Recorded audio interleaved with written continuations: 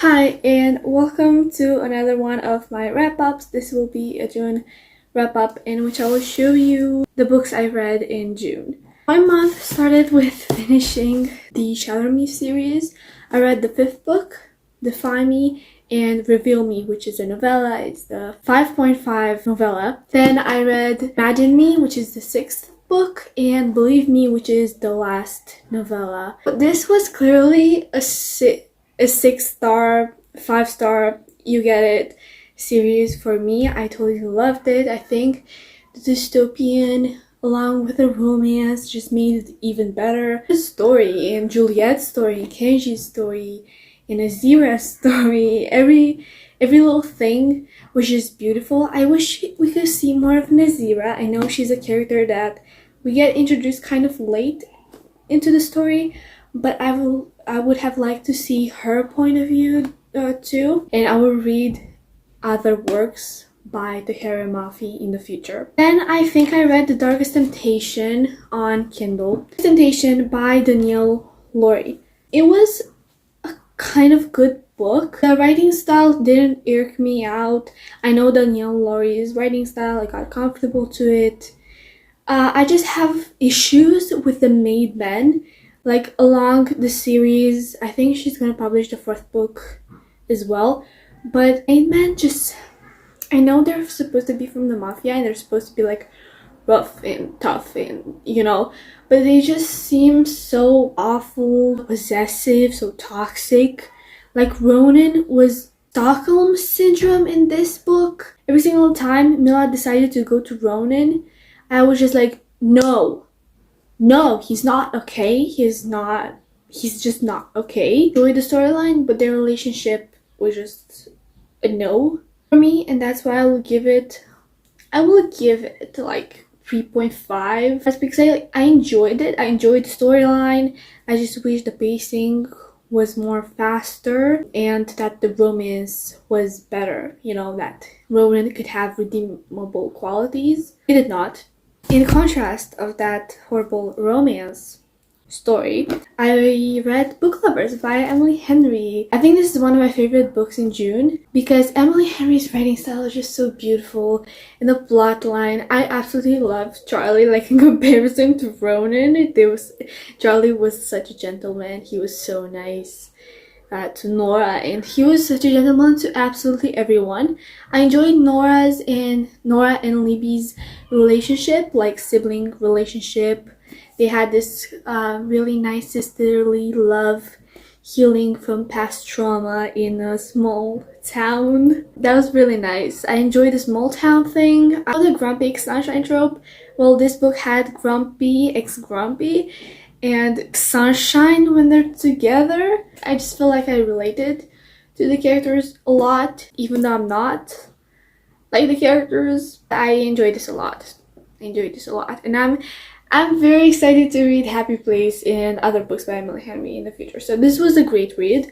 A solid 4.5-star read because it didn't give me the flutters. It didn't give me the 5-star feeling that I usually get when I'm reading a 5-star book. So that's why I'm giving it a 4.5-star rating. Next, I reread the book. I reread The Invisible Life of Betty LaRue. Actually got the illustrated anniversary edition because obviously I need it. I don't, but in my head I do need it. So I reread this book for someone to give as a gift. My love language is books. If I give you a book, you mean something to me. And obviously I read this before. The last time I read it was actually last year. I give it a 5-star rating then, so obviously that was going to give a 5-star rating now. V.H. Robb just does not stop to impress.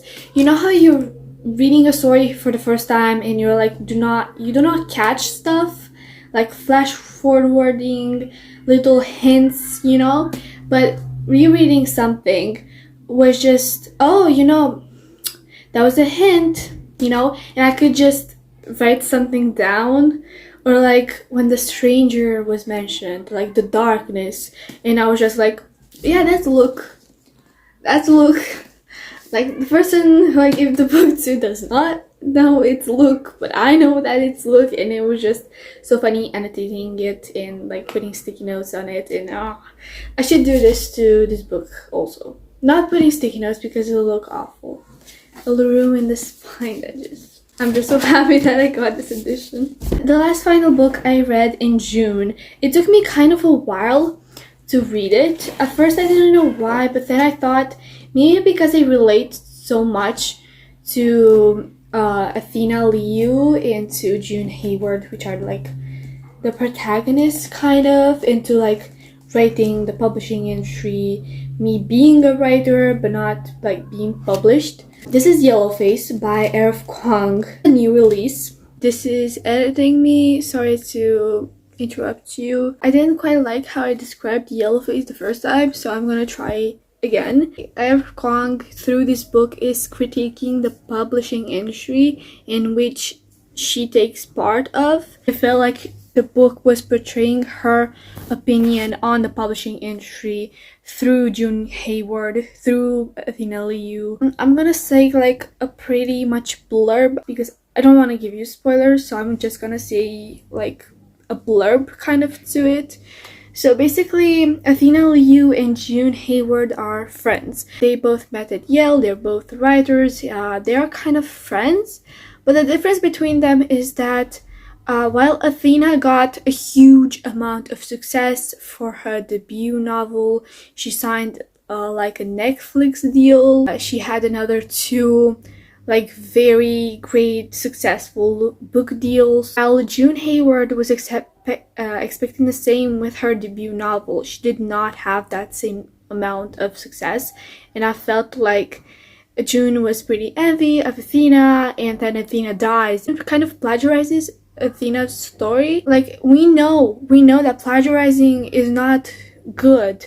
Like as a writer myself, I know that plagiarizing is not good, but she made it seem like, oh my gosh, I did so much work on this novel, like Athena's work was just crumbs and I made it even like 100 times better. She kind of tries to explain herself through this thing. Like, such a good critique on the publishing industry, on these 2 friends, loneliness especially, writing. Yeah, that's it. Let's get back to me actual filming. That's how the month of June was.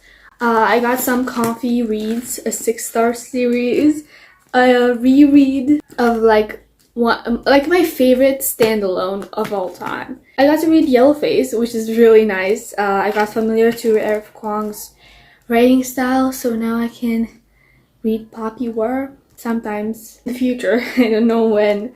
I read some kind of awful books, The Darkest Temptation, but you know, it's fine. You sometimes have to read good stuff and then bad stuff. So yeah, this was the month of June. I will show you next month what I read in July. But till then, see you next time. Bye!